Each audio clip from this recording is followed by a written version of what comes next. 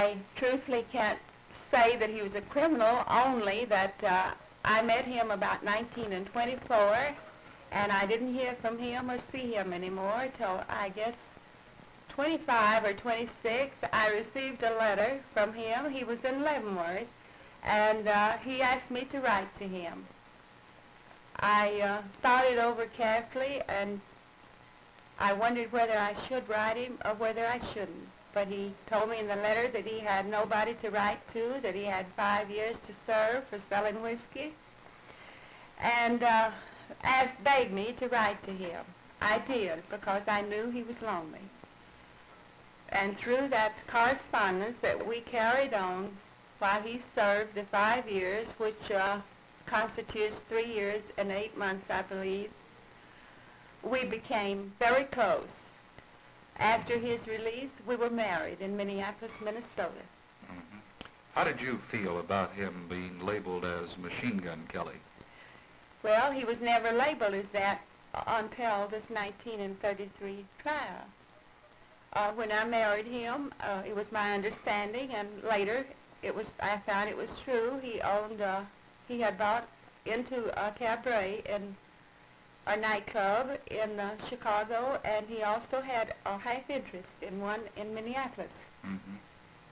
Were you ever with him on any of the criminal acts that he was charged with? No, sir, I was not. He wouldn't have permitted it. He respected me and cherished me above anything on earth.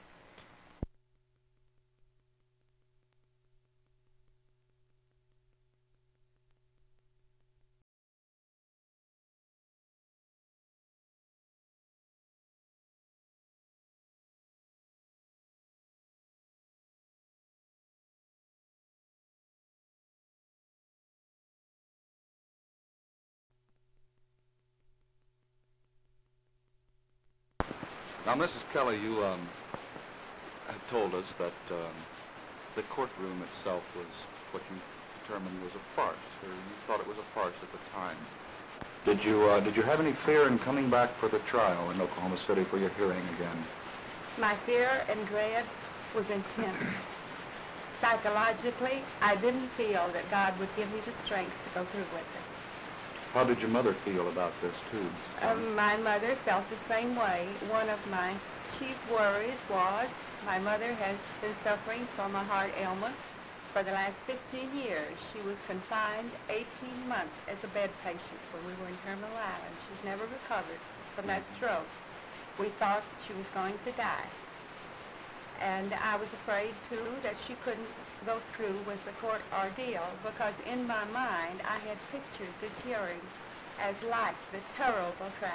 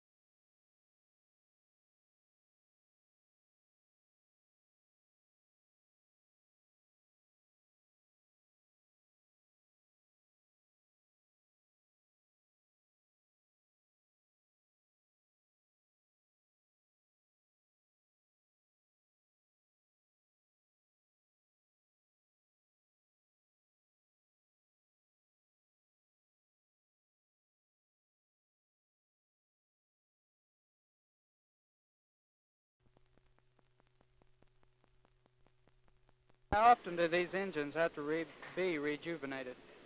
Approximately, of course, it will vary from anywhere in the neighborhood of approximately 1,000 hours of flying time. Just how rigid is this test? Well, in my opinion, the test that it goes under in the test cell is much more extensive than during engine operation on the aircraft, due to the fact that we have characteristics within the test cell component that normally on the flight line or in the air is not the same as would be on the aircraft. Would you say this test is primarily to test the safety of these engines? Well, to some extent, yes. It's for a multitude of reasons, along with the quality built into the engine, the service life of the engine, and in fact, the test cells are a proving ground for the life of the engine to some extent.